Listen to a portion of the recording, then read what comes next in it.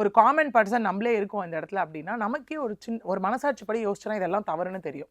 அந்த இடத்துல இருக்கும்போது ஐயோ கடவுள் இருக்காரு, நம்ம எல்லாம் இன்னைக்கு பயப்படுறது அதுக்காக தானே. பாவ புண்ணியங்கள் நம்ம நம்ம குழந்தைங்களை வந்து தாக்கும், பரம்பரையை தாக்கும், நமக்கு தாக்கும், அந்த மாதிரி கர்மா இஸ் அ பூமராங், இதெல்லாம் நிறைய பேர் பேசுற விஷயங்கள் தானே. ஒரு காமன் பர்சனுக்கே இந்த தாட் இருக்கப்போ எப்படி மத போதகருக்கு அது இல்லாம போச்சு?